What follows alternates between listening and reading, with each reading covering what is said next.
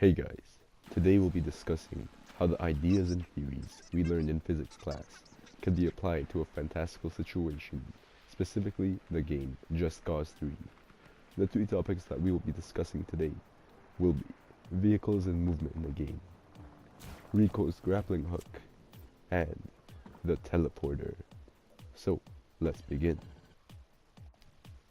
First topic, vehicles and movement.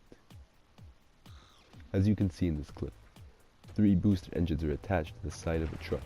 As it falls in a linear motion. However, when they're activated, they cause a force which accelerates the truck, causing it to rotate.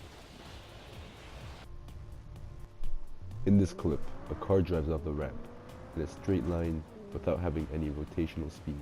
However, in midair, it is able to rotate 180 degrees and land. What force is causing this mass to accelerate? And is the air somehow causing a reactionary force and thus moving the car? This is not explained and is not realistic. Here, a car travels very fast before hitting a tree. Momentum must always be conserved, and any momentum lost must also be gained. Also, the force on the tree from the car must also be equal to the force on the tree onto the car. However, there is very little effect on these forces on either the car or the tree. Now, according to these equations, the car had a momentum of about 400,000 kilogram meters per second and went down to 0 in a quarter of a second. The impulse of this momentum change was over 1.62 million newtons, which would have crushed the car and the tree. Here, the motion of the player is realistic. The force of gravity brings them down, whilst the force of air resistance is able to keep them in the air a little bit longer. However, in this clip, one can observe that the combination of the wingsuit and parachute somehow is able to let the player float upwards in the air, which is very unrealistic.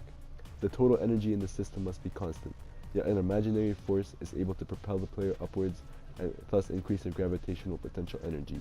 This is not realistic and would not work in real life. Next, we will discuss the grappling hook, a tool that the character uses. From initially being coiled up in his arm to being able to suspend the car on it from a roof, its elastic potential energy is very high. Also, it behaves just like how real springs do.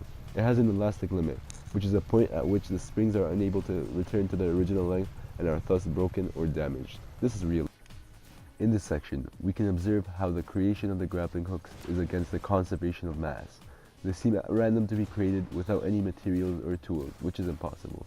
Furthermore, the force that these springs can apply on an object is very high, which therefore means that the K constant of the spring is very high as well. Now here's an experiment relating to Hooke's law.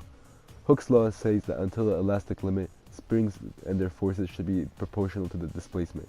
However, we can see that with these 3 different displacements, the force of the cars was almost equal in every situation, which is very untrue in real life.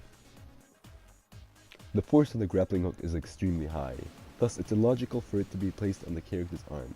See how he's able to catch up to a flying jet, or basically fly towards a stationary vehicle at very high speeds. The force that this would have on his arm would completely obliterate it, yet there is no effect in game, which does not make sense.